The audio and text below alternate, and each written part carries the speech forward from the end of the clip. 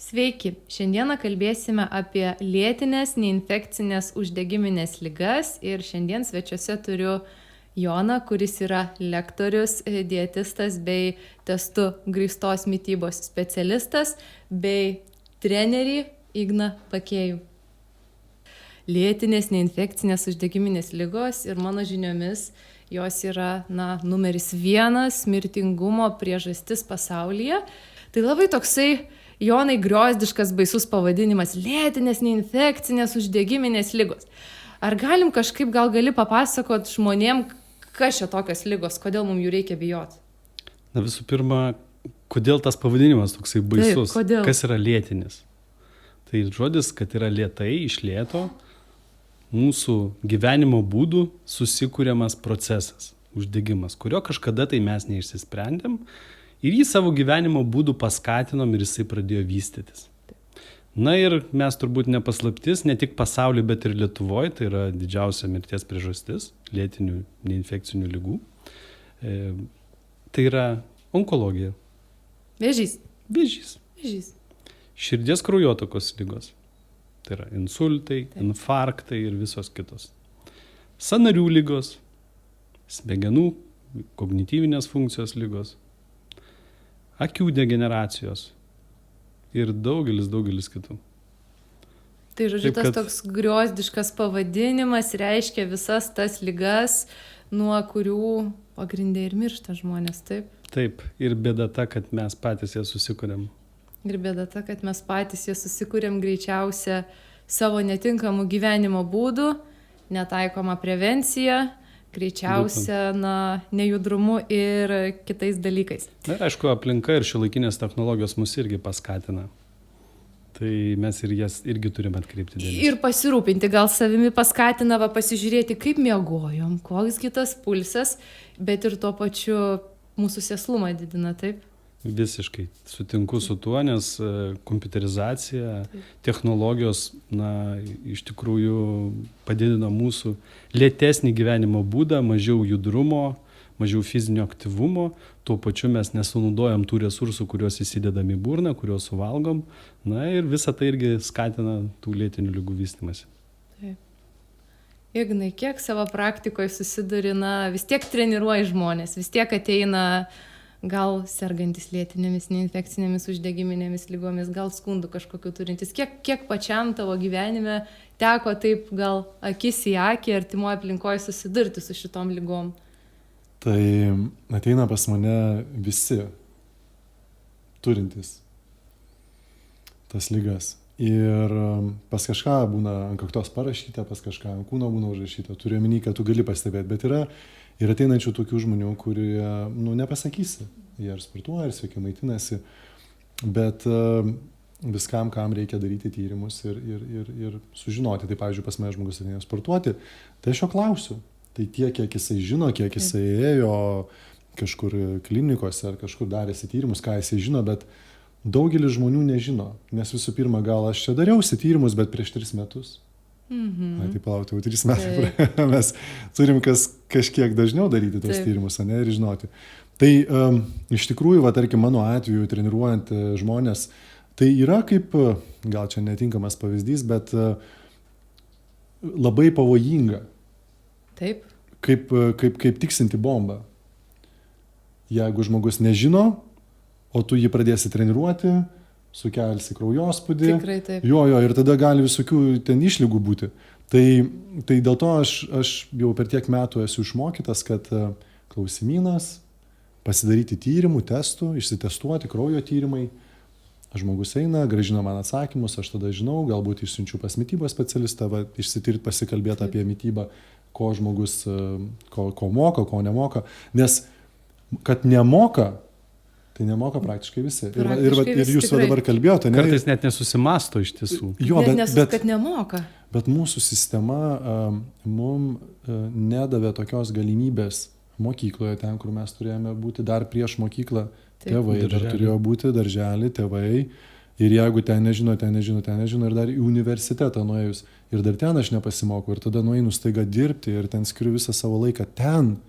Ir fokusą, nes man reikia uždirbti ir išlaikyti šeimą, ten paskolas išmokėti.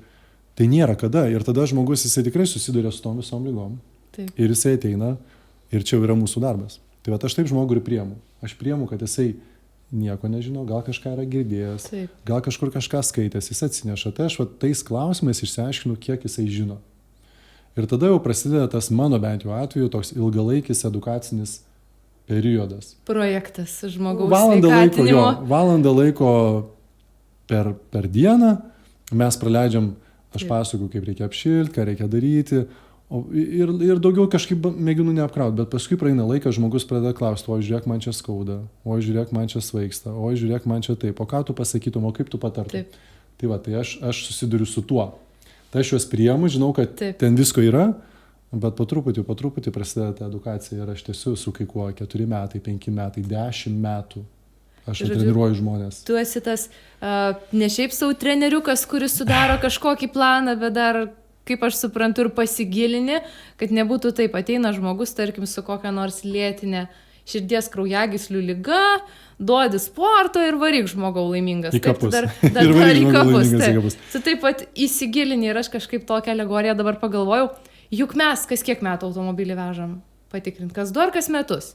Vežam, patikrinam į regitrą, keičiam tepalus, gerą kūrą pilam. Tai kodėl mes dedam į save visokį šlamštą ir kodėl rūpinamės automobiliu kartais labiau negu patys savimi, juk atrodo, čia kraujagyslės, čia viskas gyva, čia kaupiasi tie cholesteroliai, lėtiniai uždegimai vystosi. Pilam gerą kūrą į automobilį, į save dedam šlamštą. Ir irgi internetuose kažkada skaičiau, mačiau tokią gerą frazę, kad tu negali išsportuoti blogų mitybos įpročių. Tai čia irgi turbūt, na Jonai, pagrįsk, ar čia tiesa ar mitas, kad nusivalgiau burgerį, tada 10 km nubėgau ir čia nieko tokio blogo. Aš gal norėčiau dar papildyti tave, iš tikrųjų, tu davai puikų pavyzdį apie automobilį, bet mes taip pat apie technologijas. Mes kartais mobilų keičiame jo versiją, atnaujiname jį dažniau, negu pamastome apie save ir apie savo kūną. Taip, kuo mes galim padėti savo kūnui. Mūsų mobilus yra mūsų nusavybė ir niekam kitam nepriklauso jų rūpintis. Mes kūną gaunam taip pat vieną ir jis yra mūsų nusavybė. Bet mobilų galim pakeisti bet kada. Taip, o kūną? Kūno ne. Bet mes savo kūnų privalom tiesiog rūpintis, nes niekas kitas nepasirūpins. Tai aišku priklauso pirmas dalykas, vat ir Ignas paminėjo, nuo edukacijos. Numeris 1 yra edukacija. Taip. Edukacija ir kartais aš susiduriu su tokiais gyvenimo reiškiniais, kai kalbėsiu su mediku, su gydytoju, su šeimos gydytoju, su bendros praktikos gydytoju. Ir jis sako, tai jūs ten mitybą užsiemat, tai jūs ten subalansuojat maistą, ten nieko ypatingo jūs ten nedarot. Iš tikrųjų tai maistas šiandien dienai yra viena iš didžiausių priežasčių, dėl ko ir vystosi tos lėtinės neuždegiminės ligos. Kodėl taip įvyko? Tai įvyko dėl keleto dalykų. Tai visų pirma, maisto pramonės pasikeitimas. Technologijos amžiuje iš tikrųjų maisto pramonė yra be galo svarbi. Jis aprūpina vis didesnę žmonių bendruomenę maistu ir be jos mes niekaip kitaip negalėtumėm išmaitinti tokios kiekio žemės gyventojų. Tai yra labai svarbu. Bet kartu su pramonė, kartu su tom technologijom atkeliauja ir kai kurios technologijos, kur mum organizmui nėra palankios. Pavyzdžiui, kokios? Cukrus. Konservantai, kancerogeniniai junginiai, maisto priedai, atsiranda stiprikliai skonio stiprikliai, atsiranda technologijos, kurios pašalina bakterijas. Taip. Anksčiau mes žinom, kad pienas galiodavo 1 dieną ir sekančią dieną jisai prarūkdavo. Pusę metų dabar. Šiandien dienai gali kiek tik tai nori laikyti tą pieną, jisai nerūksta. Bet su tom technologijom mes praradome vieną svarbę, sakyčiau, sudedamą dalį. Mes negaunam tų maistinių natūralių medžiagų, kuriomis anksčiau mes maitindavomės ir gaudomės kartu su maistu. Tai čia yra pramonė tokia. Kitas atsirado bėda dar vienas itin perdirbto maisto vartojimas. Tikrai didžiuliai kiekiai perdirbto maisto ir kuo labiau išsivyščiusi šalis, tuo daugiau valgo to maisto. Ir jaunimas vis mažiau moka gamintis maistą namuose. Jiem vis lengviau pasinaudoti tom technologijom. Volta. Visos tos technologijos, kurios atveža tau greitai maistą, tu nori japoniško maisto, nori kinietiško, nori itališko maisto, nori lietuviško, kokį tik tai nori. Ir prarasdami mokėjimą gamintis, mes susikuriam taip pat žalą savo, nes maistą gamindamėsi mes tų stipriklių, visų tų priedų, visų mes nesidedam namuose. O pramonė įdeda tam, kad jisai ilgiau galiotų, kad jisai būtų skanesnis, kad jisai būtų gražesnis, išvaizdingesnis. Ir čia jau Bet aš dar vieną tokią pastabėlę turiu. O kaip visi tie, kur tu susirašai savo, tarkim, kiek tau reikia baltymų per dieną, kiek tau reikia angliavandenių, riebalų, pasiskaičiuoja ir tau atveža, pristato. Tai gal ir neblogai toks užimtam šiuolaikiniam 21 amžiaus žmogui tokia vat paslauga. Yra įmonės, kurios tai tiekia ir iš tikrųjų kai kurios įmonės ypatingai skiria daug dėmesio tam, kad subalansuoti tas maistinės medžiagas, bet vien tik tai baltymais, riebalais ir angliavandeniais mes neapsiribojam. Tam, kad vyktų mūsų organizme sudėtingi procesai, mums reikia visos gamos mikroelementų. Aišku, mums reikia nepakeičiamųjų aminorūgščių, mums reikia nepakeičiamųjų riebalų, reikalingi geri jų santykiai, ko tikrai tos įmonės nepaskaičiuos tų santykių. Mums reikia mikroelementų. Ir jeigu mūsų maiste jų trūksta, mūsų mobilus telefonas, mūsų kūnas, mūsų automobilis pradeda streikuoti. Pradeda funkcionuoti šiek tiek ne taip, kaip jisai turėtų funkcionuoti. Taip. Tai gerai, žinom, žodžiu, mažiau valgyti kažkur kitur, gamintis tą full foods, kaip aš sakau, pačiam nedėti priedų, žodžiu, mažiau perdirbto maisto. Na, Ignai, gal dar kokiu būdu yra gerai? Jonas apie mitybą papasakojo, tu apie tą visą coachingą, bendradarbiavimą, gal turi kažkokių, kaip išvengti tų lėtinių, neinfekcinių, uždegiminių ligų, gal turi kokių patarimų, tokių, kurie palengvintų šiaip gyvenimą, pavyzdžiui, vietoj lifto rinktis laiptus, taip? Taip, tai žinoma, kad aš turiu ir tai yra didžiulė... Pasidalink. Jo, tai yra didžiulė dėka mano mokytojom, kuriuos aš sutikau pakeliu, ir mitybos specialistam, ir fizinio rengimo profesionalam, ir šitiem kinesterapeutam. Tai yra žmonės, kurie mane švietė. Ir kai tu minėjai apie tuos treneriukus, kur salėje, tai gal jiem nepasisekė, jie pabaigė mokslus, galbūt daugiau nenori, nueina dirbti. Tai tam mes ir gerai, kad turim visą tokį pilną spektrą specialistų, profesionalų, autoritetų. Žmogus gali pasirinkti nuo iki ir kažkurioje vietoje jo sveikata sugenda, net ir būnant su specialistu. Taip. Tada jisai pradeda ieškoti toliau, daugiau ir jisai suranda ir galų gale tada nebesirenka pagal kainą, o renkasi pagal kitus parametrus, nes žmonės dažniausiai renkasi pagal kainą. Taip. Atsakant į tavo klausimą, aš gal pasakyčiau taip, kad vakar kaip tik turėjau įmoniai paskaitą ir išgirdau panašų klausimą ir manęs paklausė, sako, Ignai, o tai kam žmogui tada reikia to bizūno? Kam reikia ten jam ir sporto saliai, ir prie šaldytuvo, kad žmogus atsistotų ir kažkas ten plaktų jį. Taigi čia jam reikia. Atsakomybės nusiėmimas štai, nuo tai viską turi atsakyti. Ir iš tikrųjų tai yra fenomenalu, bet tuo pačiu ir aš tai pateisinu. Kodėl? Tai tu gimėjasi mažas leliukas. Taip. Ir tave tėvai prižiūri, mokosi, kaip ten pakeisti vystyklą, kaip ten tave pamaitinti ir panašiai ten kažkokius tau įpročius formuoja. Tai lygiai taip pat kaip žmonės, jeigu nėra edukuoti, vėl grįžtų prie to paties, tai iš kur jiems žinoti? Jie net nežino, kad ten pas juos yra tos širdies kraujagyslių ligos kažkokios besiformuojančios ar dar kažkas, jie nežino. Tai iš toj vietoj galima juos pasmerkti ir grumuoti pirštu. Kodėl tu nežinai? Kodėl tu nesidomi? Tai jau suaugęs.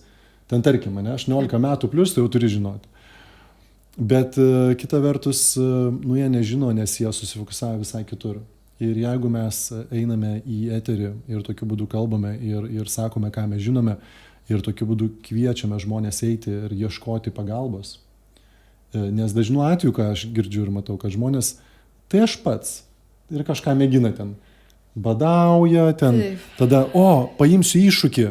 Eisiu pasivaikščiosiu dažniau į lauką. 30 dienų detoksas. 30 dienų detoksas, tu vardink ir vardink. Tai ir kažkurie iš jų geri, kažkurie blogi. Bet ten toj vietoj turėtų būti priežiūra. Pavyzdžiui, dabar visi mėgėjai yra žingsniuoti. Tai kas yra gerai, puiku. Taip. Brūkšnelis nepuiku. Žmogus nežino apie tai, kad jisai, pavyzdžiui, turi avalynę tinkamą turėti. Tada jisai nežino, kad jisai turėtų pasidaryti tyrimus, ten jo pėda plokščia, normali, viskas ten gerai su ja ir panašiai. Tada, kur pas jį yra disbalansai, nuo sėdėjimo, kur jo persisukęs dubuo, ar jo ten, ar žodžiu, ar pečiai jo išsikreipia. Nes visa tai duoda galutinį rezultatą, kad jisai prasieina tuos savo žingsnius 15 000.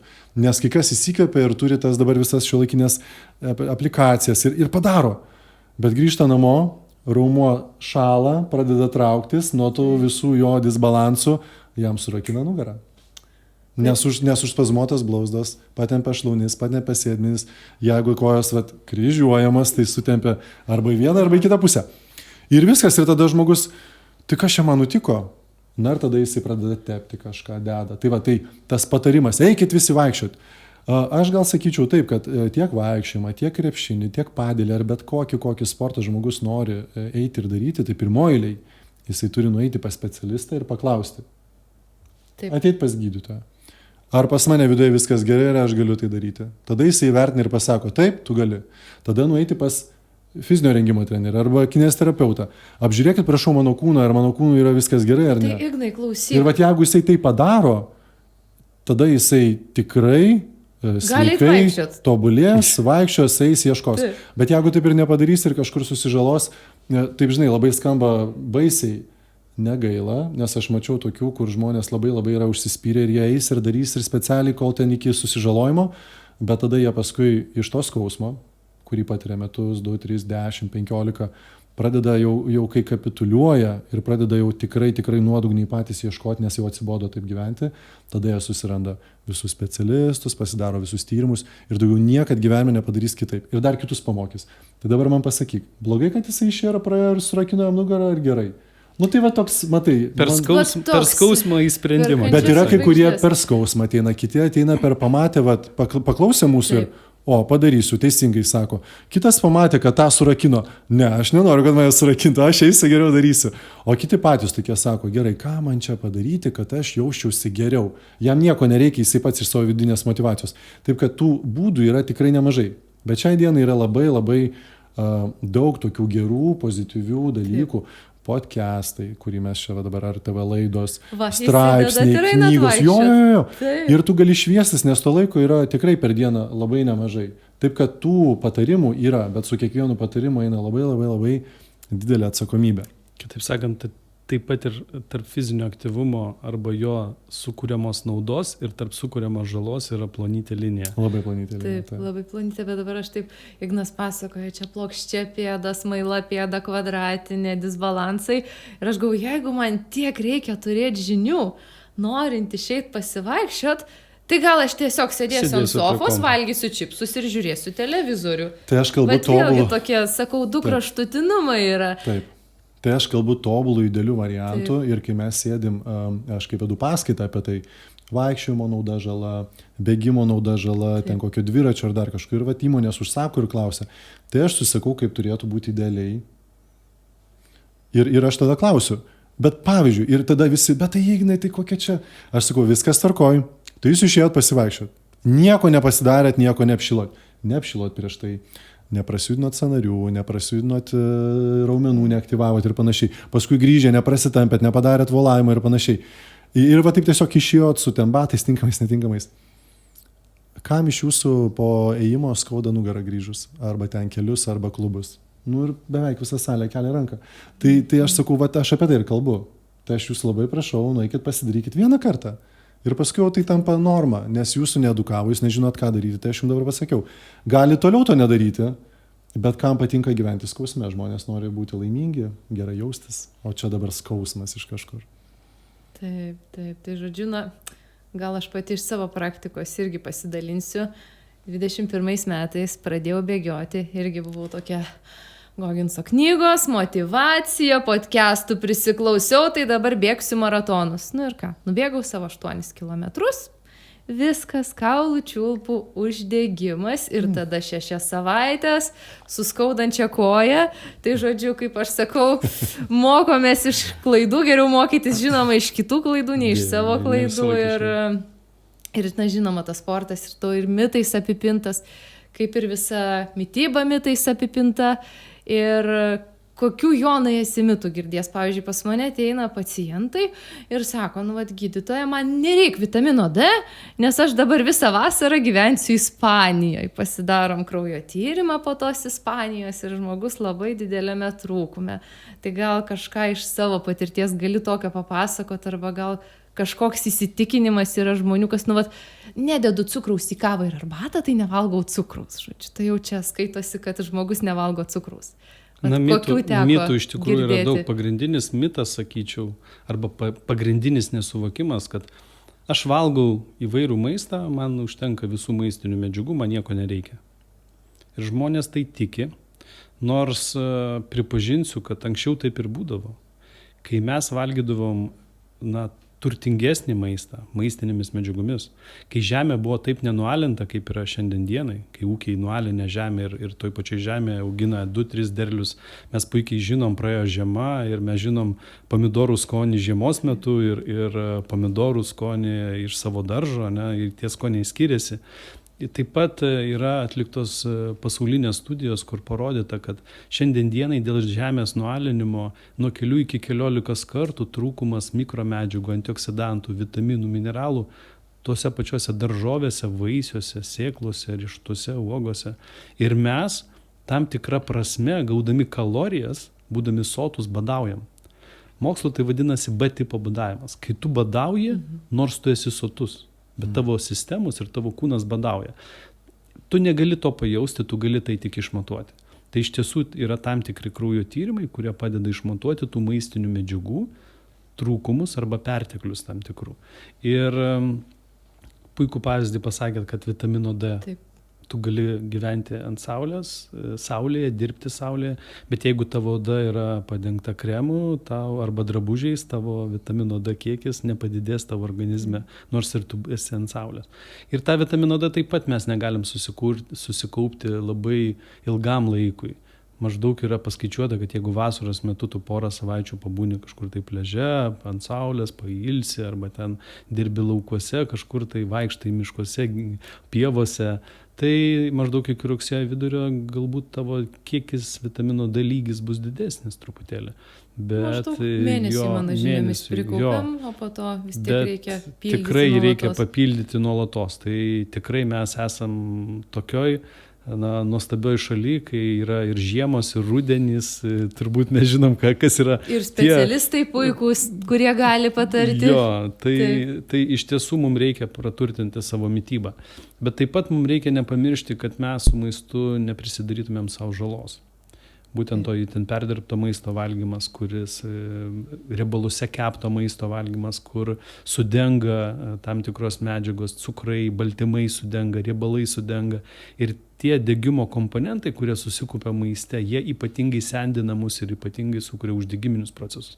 Tai ne tik tai cukraus perteklius prisideda prie tų uždegiminių procesų vystymasi, bet jie ir degėsi įvairūs degimo komponentai, riebalų ir cukrų degimo komponentai taip pat prisideda prie uždegiminių procesų. Tai žodžiu, tie šašlykiuko krašteliai pakepę vasarą tikrai, jau nelabai gerai. Tikrai taip. Ir retkarčiais viskas yra normalu, tačiau jeigu mes valgysim tai kiekvieną dieną, mes susidursime su perteklium tų medžiagų. Na ir stengtis, aišku, kuo daugiau įvairesnio maisto, stengtis tą įvairovę palaikyti. Mano pagrindinės rekomendacijos tiem žmonėm, kurie ateina į konsultacijas, tai maistą ruošti tausojančiais būdais. Virti, troškinti, garinti, atsisakyti kepimo keptuvėje riebaluose, jeigu to yra įmanoma. Arba jeigu jau ir kažką tai norim pasikepti, kiaušinį galbūt savaitėje vieną kartą, ką turbūt kažkas tai renkasi, tai labai trumpai ir tik tai retkarčiais. Tai kepimo procesas, sakyčiau, konvekcinė krosnelė, orkaitė ir kuo mažiau riebalų. Klausimas dėl kepimo. Visi čia išprotėję dėl to G sviesto. Tai geriau alyvuogių aliejuje kepti, vat jeigu tą pačią kiaušinienę, ar geriau imti tą G sviestą? Čia irgi yra didžiulis mitas. tiek gys sviestas, Taip. tiek kokosų sviestas. Tai yra didžiuliai mitai. Jeigu mes pasižiūrėsime į biocheminę sudėtį tų medžiagų, mes pamatysime, kad ten riebalai yra sočiųjų riebalų frakcijos. Ir sočiųjų riebalų perteklius mūsų mityboje, o jie yra pieno produktuose, tai tam pačiam gys svieste, ar tam pačiam varškėje, ar grietiniai, ar piene, taip. Jinai yra taip pat tų sočiųjų riebalų mėsos produktuose, yra kokoso riebaluose, palmių aliejose, kurie įeina į visą konditerijos sudėtį ir panašiai. Perteklius šitų medžiagų sukuria medžiagų apykaitos sutrikimus. Taip pat dar vieną priežastį, dėl kurio ir vystosi uždegiminiai procesai. Taip kad klausimas, ar gys sviestą rinktis ar alyvuogių aliejų, Taip. priklausomai kokiu tikslu mes norim rinktis. Geriau rinktis alyvuogių aliejų, geriau rinktis linų, kanapių aliejus, avokado aliejus. Jeigu mes norim kepti, kaip aš sakau, geriau nekepkite riebaluose tada jums nereikės to aukštoje temperatūroje nedegančio riebalo naudoti apskritai savo mityboje. Ir jums nereikės tada to gys sviesto. O jį pakeisti geriau tikrai alyvuogių aliejų, kuris sukuria naudą mūsų. Žodžiu, kai labai noriu Mityba. kokios keptos kiaušinienės su spirgais, tai tada rinktis geriau alyvuogių aliejų. Taip, Geriau jau žodžiu. kokybišką alyvuogių aliejų, bet labai labai trumpai kepti tą kiaušinienę, apie kurią ką tik minėjau. Taip. Tai žodžiu, pakalbėjom apie mitybos mitus, apie vitaminą D. Ignai, gal tu turi kokių mitų įsitikinimų savo darbe, savo kaip trenerio darbe? Kažkokiu, jeigu darysiu 1000 atsilenkimų, tai nutirpdysiu visą pilvo riebalą. Gal kažką. Jo. Ar su kuo susiduri praktikoje? Tai praktikoje susiduriu su aibė mitų. Žmonės praktiškai ateina ir kiekvienas vis po kažką naujo. Savo receptą Kiekvienas turi, po kiekvienas mitą. savo Kaip ten receptą. sako, jeigu pradėčiau į stiklainį už kiekvieną mitą, Taip. tai žodžiu, būčiau Oi, šiandienai tikrai taip. milijonierius. Tai visų pirma, žmonės tiki ir tikisi, kad su sporto pagalba ir tik vieno sporto pagalba bus pasiekti nerealūs kūno Nuostabūs transformacijos rezultatai. Tai taip nebus, nes Kompleksinių sprendimų reikia. jo kompleksinių. reikalingas taip. Bet be sporto, tarkime, jeigu vien tik taip keisti mitybos įpročius. Mes kalbam iš esmės apie įpročius. Taip. Taip. Ir labai sudėtinga žmogui, bet kokį įprotį. Ir sudėtinga ir tuo pačiu lengva. Jeigu užsiema per daug, numeta. Jeigu užsiema per labai mažai, gal per mažai ir yra tas Rezultato geras. nepasiekia. Arba tada mažai daro ir rezultatų nemato. Bet jeigu pasirinkti tokį tinkamą kiekį, kas kažkiek tai jį truputį didinti, kad jis augtų to lygiai, tada ateina tie rezultatai. Na tai va, tai sportas pats iš savęs, jisai yra budrumą sukeliantis. Žmogus tampa budrus. Kai pradeda judėti, išsijudina limfa, deguonis, vanduo, kraujas. Žmogui akis ant kaktos. Serotoninas, dopaminas, džiaugsmas, apetitas tada sumažėja. Aha. Šypsena atsiranda. Taip, šypsena atsiranda. Tada žmogus pradeda judėti, tada kūnas ten ateina ir pasibeldžia, sako, man trūksta, atstatyk, prašau, čia ką tik tai išdeginai, sudeginai, būk geras, atstatyk. Ir tada prašo maisto, bet jis ten yra kažkoks toks geras, greitas langas, 3-4 savaičių, per kurį galima žmogui pradėti po truputį pasakoti ir tada kažkokius įtraukti jam į jo mitybą. Ne viską keisti iš pagrindų, Taip. bet kažkokį tai ten. Gal tu baltyminį kokteilį išgerk tarpe, jeigu tu vieną kartą dienoje valgai, nes su vienu kartu ten irgi vienas iš mitų žmogus tiki, kad vieną kartą dienoje pavalgys sočiai daug ir tada jisai gaus visko ir visko užteks. Bet tada aš sakau, aha, tvarkoj. Kur tave nuvedė tokia mityba ir sporto darimas ir mityba tokia. Bet tai čia per kartą 2000 kilokalorijų, ko čia reikia tiek Plus suvalgyti? 20-30 kg ten ir nuvedė, aš sakau, tai gal šitas metodas netinkamas. Tai toliau mitai yra iš tai, kad jeigu darysiu labai daug ištvermės treniruočių, tai pas mane, žodžiu, ten viskas greitai ir sudegs. Būsi ištvermingas tada. Jo, būsi labai ištvermingas ir sudegs visi riebalai ir būsi labai raumeningas. Tai irgi tenais reikia įdėti kur kas daugiau darbo ir galbūt tas ištvermės treniruotės inkorporuoti su jėgos treniruotėm. Ir tada, aišku, aš jau paskui su jais visais kalbu, kad tai sportui kažkurioje vietoje turi įsijungti mitybą. Arba, pavyzdžiui, sportuoja kartą savaitę, 2 kartus savaitę ir tie rezultatai matosi ir tada ateina, čia pradeda kažkas trauktis. Kažkiek traukiasi, taip, visą kūną riebalai ir iškėja raumenis. Bet paskui žmogus ateina ir jis sako, Ignai, žinok, viskas, aš čia taip užsimotyvau, dabar varysiu 5 kartus per savaitę. Va šitoj vietoje aš sakau, gerai, Bet tada turi man pažadėti, kad darysi visus kitus. Dar daug dalykų. Dar daug dalykų. Ir valgysi, ir gersi, Ir miegosi, ir miegosi. Vandenį gersi ir ten visus maistinės medžiagas susirinksi, vitaminus, mineralus, baltymus sugersi. Ir tada žmogus pamato, kad Daug čia reikia daryt. tai kaip tu čia dabar mane paskandinai. Ir tada aš sakau ramiai ir mes nestabdom ir tada visą tą mano užduotį jam išskaidom per laiką. Labai Kad tu dabar sportuoji, tai ir sportuok. Ir mano užduotis ten tuos mitus griauti. Bet negriauti, kad aš žmogui susakau, bet per jo asmeninę patirtį, kad jis pats iki to ateitų. Taip. Arba, pavyzdžiui, ar aš galiu atėjęs iš karto kilnoti didžiulių svorių, štangas ten ir panašiai.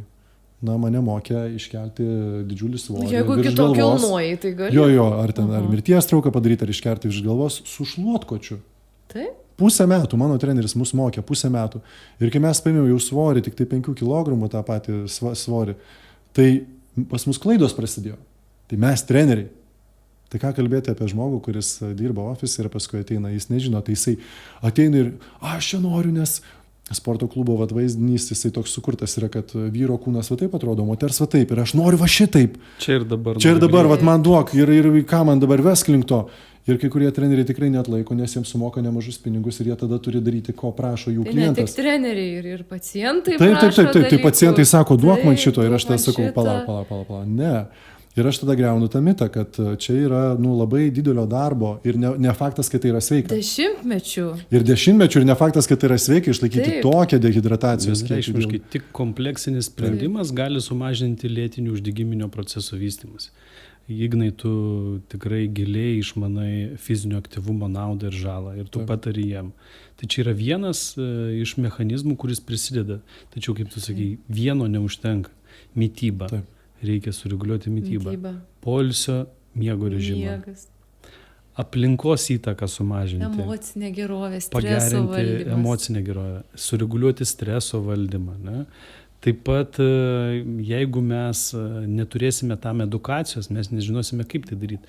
Tai aišku, kraujo tyrimai ir edukacija, sakyčiau, prisideda numeris 1 - mytyba, fizinis aktyvumas, poilsio, streso reguliavimas. Tai yra visas kompleksas. Taip. Ir jeigu mes norime, kad dviratis važiuotų, mes negalime ant to dviračio turėti vieną ratą, mes turim turėti kelis ratus, pagrindus turėti ir kad tuose ratuose būtų visi stipinai. Mes negalim su vienu dideliu stipriu stipinu važiuoti. Su Apie tą vieną stipiną kalbant, tai čia yra pilvo raumenynas ir ateina moteris ir sako, aš noriu, kad gražus pas mane pilvo. jo pilvas gražus būtų ir tada daro ten be perstojo šimtus atsilenkimų. Ir kadangi viso kūno riebalai dega proporcingai tau Taip. sportuojant, tai ką žmogus padaro, tai jisai pertempia pilvo raumenis, tada ten stuburą pertempia jo, nes iš karto disbalansas kitoje vietoje įsijungia. Arba atvirkščiai. Arba Jeigu jisai sėdi daugiau, pertempia keturgalvis raumenis, atsipalaiduoja pilvo preso raumuo, atsipalaiduoja stuburo raumenis ir vėl skauda juosmeninę dalį. Tai va, tai ir tada tu žmogų edukuoji, arba ten moteris dabar, va, aš matau, tiek moteris, tiek vyrai skirtingai, bet moteris nori ten, kad sėdmuo būtų labai išliestas, braziliškas. Tai čia jau socialinių tinklų turbūt. Jo, tai čia jau socialinių. Tai va šitoj vietoje aš ir greunu tuos mitus, nes aš žmogui paaiškinu, nes mes turim laiko. O čia šitoj vietoj mes susitikom, pakalbėjom, žmonės, o Dieve mano, žinai, kaip ten eina tos reklamos socialiniai erdvėjai. Ir duonos negalima, ir vandens negalima, ir vaisių negalima, ir nieko negalima. Ir tada jis viską patrūkti. Meta. O va šitoj vietoj aš didžiulę naudą matau tokių laidų ar tokių pokalbių, kad štai yra 3 žmonės, mes sėdim kalbam, ir žmogus paklausė, vėl jis ten viską išspjaudė, išmėtė, nieko čia neleido. Bet štai staiga jis turi galimybę mum 3 parašyti ir paskambinti. Jonai, tu neatsakytum tokiam žmogui, kuris tau paskambintų ir parašytų, o tai ką man daryti?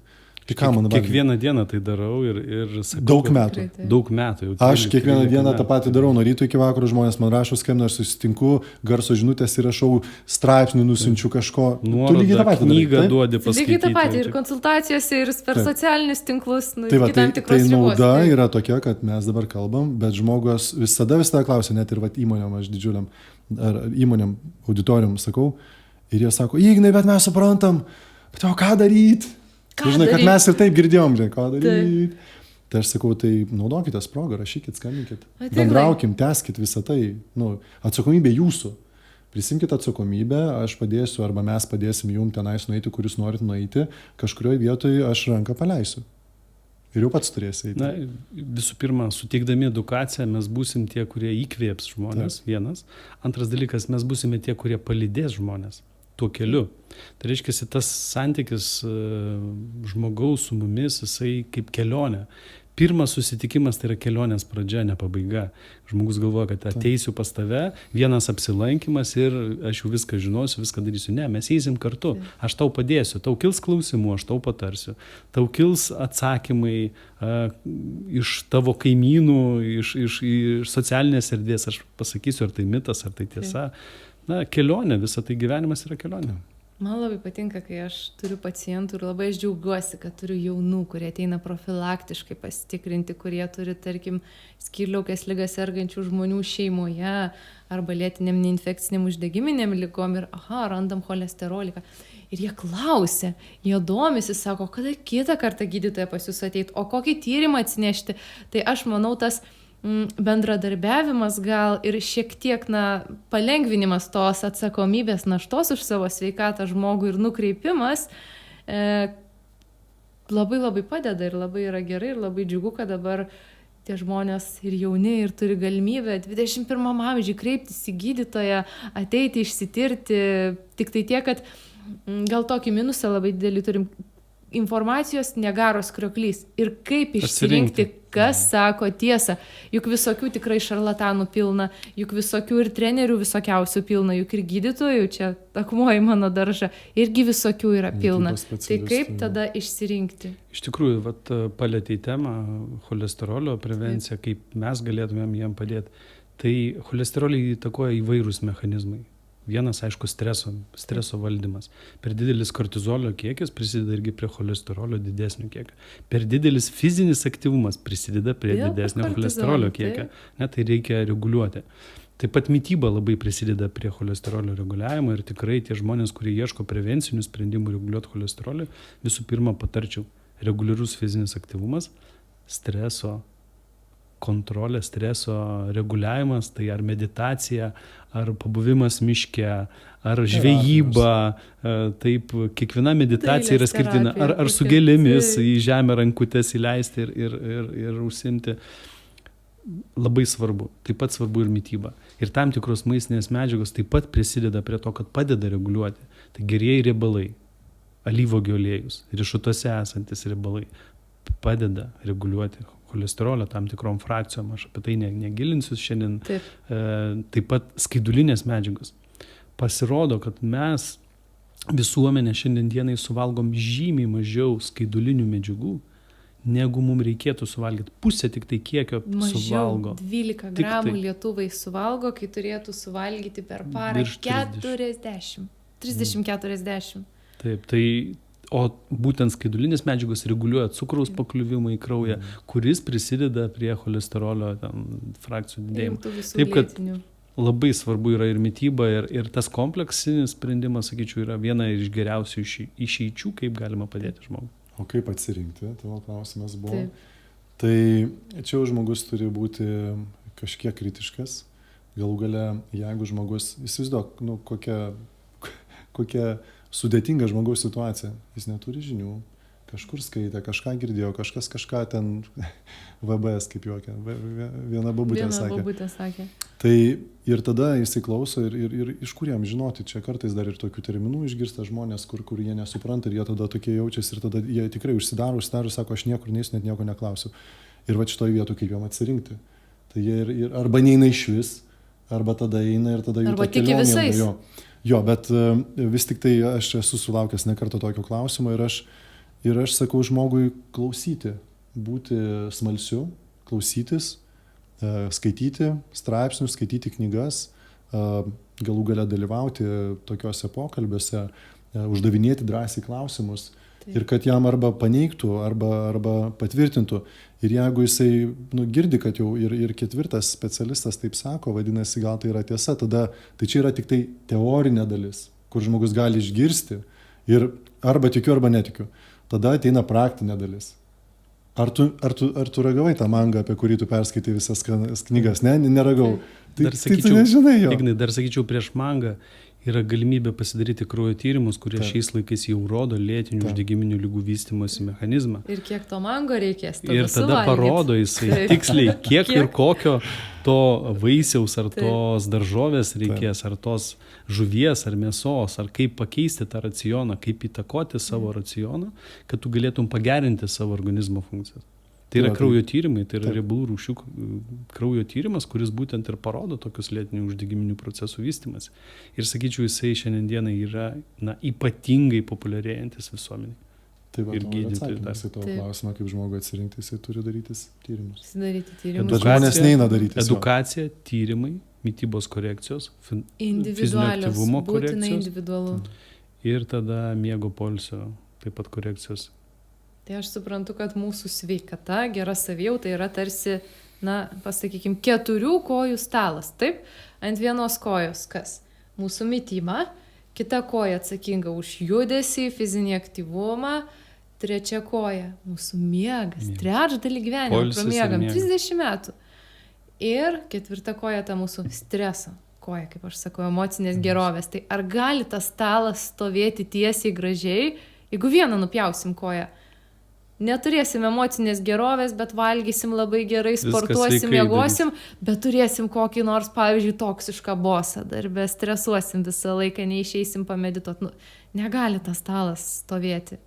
Net ta kėdė, ant kurios susėdė. Ir ta kėdė negali. Ir turi Jonas, žinai, ant vienos kojos ir svirduliuoju, dar tą koją šnai. Bet dar ir pagrindas turi būti. Tai tų komponentų yra iš tikrųjų, bet žmonėm reikia apie juos kalbėti ir kalbėti. Aš turiu moterį, kuri dabar atsikračius yra 50 kg, mes su ja pradėjom šitą kelionę. Ir jinai 12 metų visus kursus išklausė, visur buvo ir jinai sako, tai įsivaizduoju, ir niekam čia viskas, niekam tikė čia. Ir aš sakau, pala, bet tu klausėjai ir tau kapsėjo. Ir tau užtruko 12 metų, kad tu galų gale suprastum, ką tu reikia daryti ir tu žengtum ir tu padarai. Ir būk gera dabar, eik prašau kažkaip papasakok, jinai žurnalistė. Tai parašyk savo tą. Straipsnius, atsiliepimus ir kviesk žmonės kreiptis į specialistus, kokius tu tyrimus daryti. Taip. Bet reikia kartoti, tai dėl ko mes čia susirinkam, mane, Jonai, ar tau patinka kiekvieną dieną tą patį kalbėti? Tai yra mano gyvenimo būdas ir aš džiaugiuosi apie tai kalbėdamas. Bet mes tą ir turim daryti, kad tą patį kartoti žmogui, kol jam vieną dieną. Tai vandenį reikia gerti, supratau. Ignai, valgyti. Man patinka kalbėti apie tai ne tik tai visuomeniai, bet taip pat ir gydytojams kvalifikacijos kėlime, nes edukuoti juos taip pat reikia. Ir ne visi ir jie valdo tą. Be nuskambėtų keistai, ne? tą informaciją. Tai procesas, kuris, užtrunka. Tokie atrodo baziniai dalykai, mityba, miegas, visi žino, bet nieks nedaro. Ir gal iš gydytojų pusės mes tam biurokratiniam rate užsisukam kaip kokie žiurkiukai bėgdami tam ratelį ir tiesiog nebematom, pamirštam, nes tai yra elementaru ir tada fokusas yra kitur.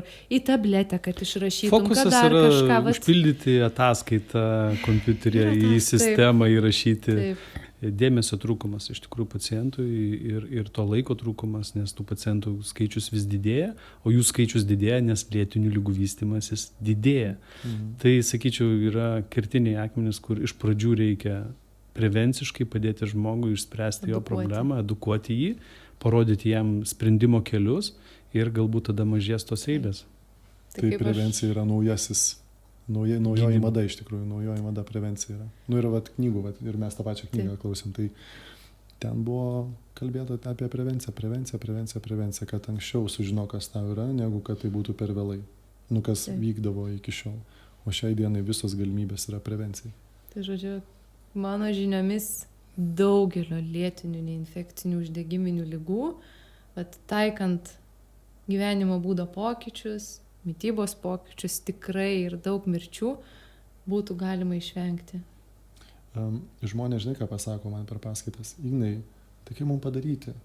Nes tu susakė visą informaciją ir mes dabar sakėm visą informaciją, tai turėti žinių šaltinį, parašyti, paskambinti, pradėti bendrauti. tada suprasti, kad mes esam, tokie įpročių vergai ir mes tam tikrų įpročių neturim, blogus turim. Pavyzdžiui, 8 valandas per dieną sėdėti prie stalo, kur sutrumpėja mūsų visi raumenys ir mes paskui atsistojam, pradedam veikti, judėti ir žiūrim, kad mums viskas skauda. Ir nueinam prevenciškai 2-3 kartus, čia jeigu nueinam, pasportuoti į salę ir duodam savo tokio atidėjimo, mums nebeskauda. Bet mes vėl 8 valandas per dieną toliau tą patį kartojam ir kartosim tiek, kiek dirbsim. Ir primenu, kad jau kartojam nuo vaikystės. Mokykla, darželis, universitetas ir taip toliau. Tai žodžiu neišvengiamai. Mūsų tai niekada neapleis. Nebent mes darbo vietoje išmoksime padaryti tam tikrus pratimus, kad mus, žodžiu, išlaisvintų ir mums nebereikėtų taip visiems susitraukti. Tai žmonėms reikia paaiškinti. Ir va dabar naudojuosi progą ir pasakysiu, kad tie maži žingsneliai, aš gaunu informacijos, mane edukuoja kažkas, mane kažkas palydi ir sako, tai gal tu pradėk nuo stiklinės vandens per dieną. Taip. Šiaip dabar negeriu. Negeriu. Tai viena stiklinė. Kiek gali? Vieną galiu. Tai gerai. Po savaitės pasižiūrėsim, kaip tau sekėsi. Ir ten kažkaip patari jo, tada po savaitės 2, ir taip žiūrėk per ten, tarkim, porą mėnesių žmogus išgers savo dienos normą. Akis atsimerkia. Beje, yra labai daug žmonių, kurie neišgeria pakankamą kiekį vandens. Yra žmonių, kurie iš vis negeria vandens. Sako, aš nenoriu, manęs netruškina, aš nenoriu, aš negeriu vandens. Nes įprotis toksai, aš nepratęs vandens. Susiformavęs įprotis. Ir tada po truputėlį pradedi keisti. Tada sportas, irgi žmonės ateina ten, čia jau dabar varysiu. Ne, žiūrėk, darbo vietoje 8 valandas, kol sėdi ten, aš sakyčiau taip, 10 minučių per dieną, po 2 minutės pakilnok rankas virš galvos, pasilankstyk per liemenį, kad išsitemptų galinė šlaunų dalis, kur yra susitraukus, kad tavo pilvas išsitemptų, kad nugara pasilankstytų, pasilankstyk į šonus, dar porą tempimo pratimų padaryk, štai tavo 2 minutės. Bet tokią vieną padaryk. Nesisteng per dieną padaryti visų tų pratimų. Paskui po dar savaitės 2 kartus dienoje padaryk, dar 3 kartus, 4, 5 kartus. Tai yra dienos norma. Pakelti rankas virš galvos, aktyvuoti viršutinę trapeciją tam, kad išsitiestų kaklas ir atitekėtų į galvą, kraujas, deguonis ir visa kita. Aha, tai šitą aš galiu. Tai tu vandenį staiga jau sugeri po ten pusės metų ir dar po pusės metų jau ir tą mankštą tokią turi, kur nebereikia prevenciškai gal ten ir tą salę. Reikia, nes čia bus tau dar geriau. Ir tada taip keiti tą įprotį ir staiga žmogus viską ima ir padaro. Bet jam užtrunka, pavyzdžiui, man užtruko 5 metus įdiegti tokį įprotį. Bet man taip ilgai užtruko dėl to, kad aš esu treneris ir aš viskam priešinausi ir sakiau, aš viską geriau žinau. Užsispyręs. Jo, užsispyręs. Tai žmonės, žodžiu, galimai, kad gali greičiau visą tai padaryti. Bet įsivaizduok, tu 5 metus, ar 2 metus, ar 3 metus pavarai su priežiūra. Ir tokią investiciją gerą padarai ir tau visą likusį gyvenimą nebereikia to mokytis, tik tai palaikyti. Nes tau žinai. O įprotį labai, kaip suprantam, sunku pakeisti. Tai va, įpratai taip ir nebereikia nieko daryti. Aišku, reikia kaip visada.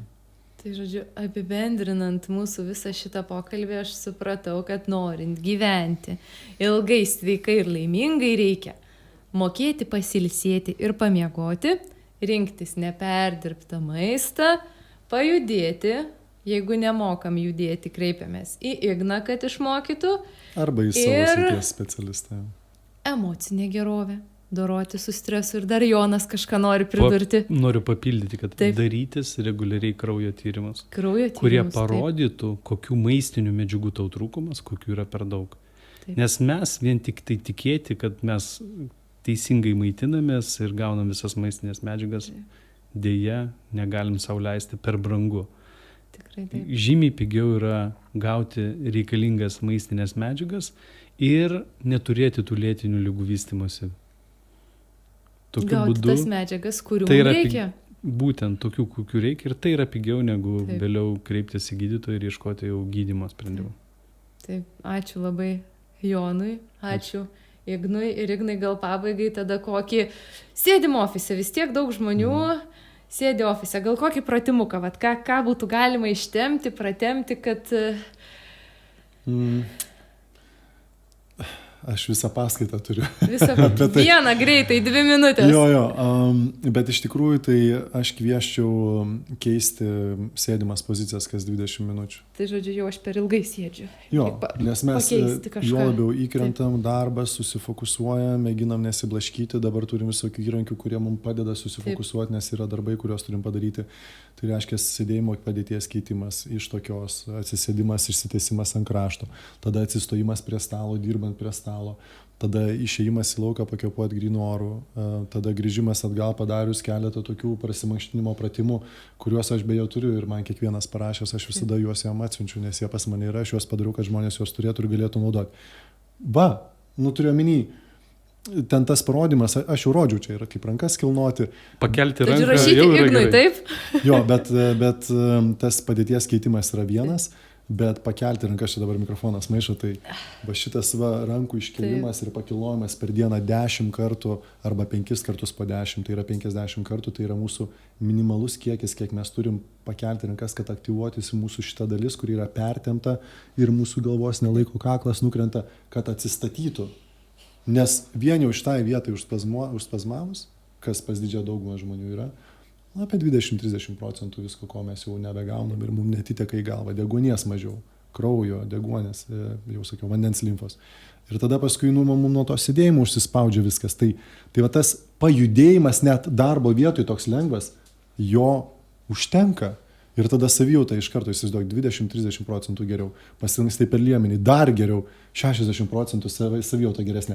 Nieko dar nei valgiai, nei geriau, jeigu dar tą padarysi. Jau geriau. Ir ta prasme, žmonės tikrai, kai pradeda tą daryti, jie šauna į viršų. Ir negali patikėti, kad tokiais paprastais dalykais aš susitvarkiau savo savijautą. Juk paprastume slypi esmė. Tai žodžiu, norėdami gyventi ilgai, sveikai ir laimingai, kreipti dėmesį į pilnavertę mitybą, judesį, pakilnot rankas visaip, kuo daugiau įvairesnio judesio, gerai miegoti, mokėti atsipalaiduoti ir daryti kraujo tyrimus. Tai ačiū Jums labai už pokalbį. Ačiū tau už nuostabius klausimus. Ačiū, Ignai. Dėkui, Jonai.